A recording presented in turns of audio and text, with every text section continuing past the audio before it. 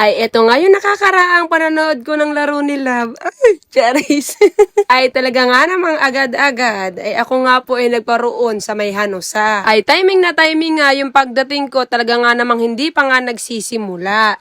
Kaya nga naabutan ko yung first quarter nila hanggang sa matapos nga po ang laro. Ay Barangay Hanusa nga pala ang kalaban dito ng Mavs Phenomenal. At dito nga ay first quarter pa lamang. Ay syempre nakakalamang na nga po ang Mavs. Talagang praktisado sila ni Coach Mav. At talaga nga naman kung mapapansin nga ninyo, talaga napakalulupit nga ng kanilang mga galawan sa court. Ay dito nga ay napakarami ring manonood lalong-lalo na nga ng first quarter. Ay nung nalaman na nga nila na talagang napakalaki nga ng laman ng Mavs ay medyo nababawasan na nga yung tao. At eto nga po, sumuko na nga po ang Barangay Hanusa at talagang ibinigay na nga po ang panalo sa Mavs. Ay dito nga ay sinasabi nga ni Boss Dan, ako nga rin magpa-picture na sa aking crush. Ay, sana all. Ay tinatanong nga ako ni Arian kung kanino ako magpa-picture. Ay sabi ko, doon lang ako magpa-picture kay number 87. Ay!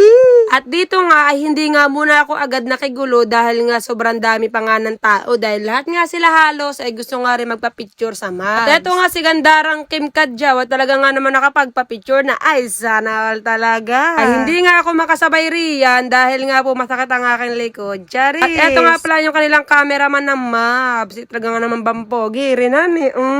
Ay sa mga gusto nga magpa-signature din diyan kay Coach Mav, eh nandyan nga po siya sa may table. Ay talagang sikat na sikat nga sila, talagang pinagkakaguluhan nga ng bonggang-bongga. At nung medyo kakaunti na nga po nagpa-picture at marami na nga ding lumalabas dito sa my court, ay syempre pagkakataon na nga ni Mama Mens mag-picture sa kanyang favorite. Ay, number 87 yarn. Char. At syempre, ay marami pa nga din nagpa-picture sa kanya. Kaya nga sabi ko, ay talagang namang ako'y kinikilig na talaga. Ay kung kilala nyo nga si number 87, ay pakicomment naman po rito sa may baba kung anong kanyang name. At syempre, atin na ang ilalike. Charis. At pagkatapos ko nga magpa-picture kay Idol, ay talaga nga naman nakita ko nga rin diyan si Idol Laguna Lake TV. Shout out po sa inyo. Ay isa nga po yan sa napakabait kong kasamahan sa ACCTIB. Talaga nga naman marami ka mapupulot na aral sa kanya, lalong-lalo na nga sa pag-iipunan eh. Talagang napakasipag po niya. At di na nga rin nagtagal at kami nga rin ay nagsilabas na riyan para nga po mag-food trip muna. Ay dito nga ay hinahanap ko nga si Kim Kadjaw dahil nga siya ay biglang nawala. At tiyempong-tiyempo naman pagpunta namin sa may Siyomayan eh nandun nga po si Laguna Lake TV at kami nga po ay pinalibre ng siomay tsaka ng palamig. Ay maraming salamat Laguna Lake TV sa pagpapalibre sa amin sa siomay at sa palamig. At talaga nga naman nakatipid na si Mama Mens. At dito nga po ay patungo na nga po sila sa Barangay Hall para siguro magpahinga na rin. At shout out nga pala kay Mami Elizabeth, matematiko na talaga naman napaka-solid kay Mama Mens. Love na love ko talaga iyan at ako'y love na love din niya. Ay sabi nga ay pag binigyan ka ng kabutihan ay ibalik mo nga po. Ay ako talaga ay pag mabait ka sa akin ng 5 times ay talaga ibabalik ko sa iyo ng 10 times. At dito nga ako'y natutuwa sa mga ito at ako pala ay kilala kaya pala kanina pa mga tingin ng tingin. At eto nga po sila taahaw na nga ng Barangay Hall. Ay diyan nga ay nag-iisip kami kung saan nga next destination pagkatapos nga ng laro dahil nga medyo maaga pa noon. At nang bigla magaya si Mami Beck Journey dito nga sa kanila at kami nga po ay napamerienda pa ng cake tsaka ng soft drinks. Ay hindi nga lang nabusog yung aking mata tsaka yung aking puso. Charis! Ay talaga nabusog din ang aking tiyanan. At eto nga pala ang bigay ni Mami Beck Journey kay Kambal na shoes. At eto nga pala si Kim Kadjaw at syempre si Daddy Robot. Yun nga lamang at maraming salamat.